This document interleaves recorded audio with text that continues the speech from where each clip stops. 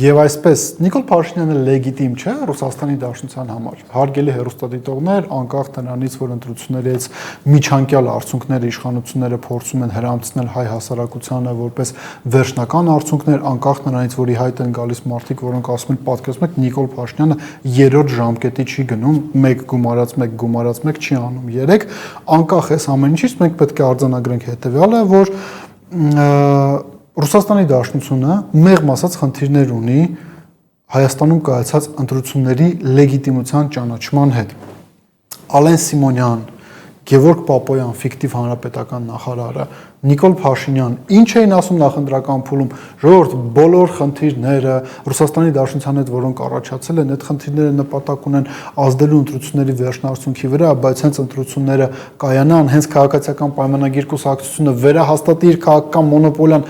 բոլոր խնդիրները Ռուսաստանի Դաշնության հետ լուծվելու են, ոչ մի խնդիր Ռուսաստանի Դաշնության հետ չի լուծվել, ինչը շատ տրամաբանական է, բայց այլ բան է, որ անհրաժեշտ է շատ կարճաժամկետ, այսպես ասած, հատվածով խաբել Հայաստանի Հանրապետության քաղաքացիներին։ Ինչու ենք ասում, որ իրենք խաբել են, բառիս բուն իմաստով իշխանությունները խաբել են իրենց իսկ ընտրողներին։ Այն հայտարարությունները, որոնք գալիս են Ռուսաստանից, դրա վառ վկայությունն են։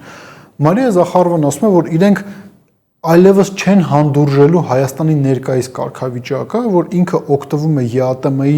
շրջանակներում ձևավորված բարիքներից, բայց փորձում է ինտեգրվել Եվրոպական միությանը, գոնե ֆորմալ առումով, իրենք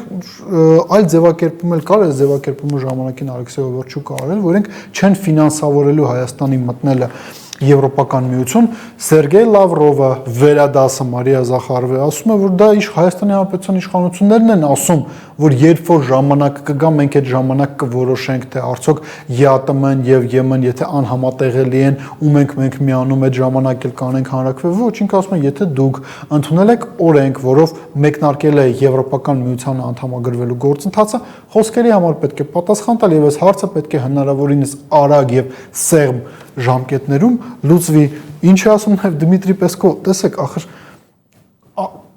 կրկին ստիպված ենք էլի այս հարցին անդրադառնալ։ Ինչ էր ասում Նիկոլ Փաշինյանը ընտրություններից առաջ, ասում է մենք պայմանավորվել ենք Ռուսաստանի Դաշնության նախագահի հետ հունիսի կեսին հանդիպելու ենք, քննարկում ենք ունենալու կուտակված հարցերի վերաբերյալ։ Դմիտրի Պեսկովը ասում է, որ պայմանավորվածություն չկա հանդիպման վերաբերյալ ու ընդհանրապես դեռևս վերջնական արդյունքները հրապարակված չեն։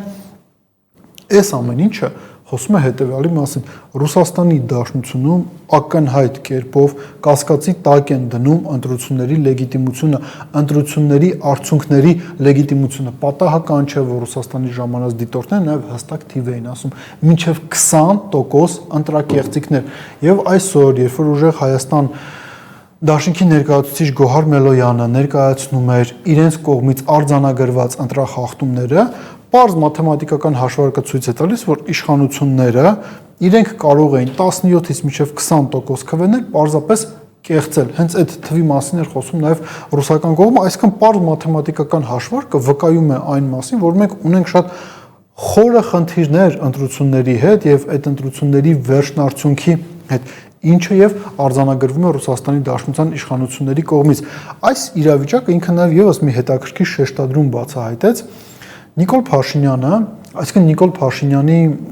Նիկոլ Փաշինյանի թիմը, իրենք փորձում էին ամեն կերպ փորձում էին կապել 3 առաջատար ընդդիմադիր ուժերը՝ Բարգավաճ Հայաստանը, Ուժեղ Հայաստան դաշինքը, Հայաստան դաշինքը, Ռուսաստանի Դաշնության հետ փորձում էին այդ 3 ուժերը ներկայացնել որպես, չգիտեմ, պատերազմի եռագլուխարեշ եւ այլն եւ այդպես շարունակ,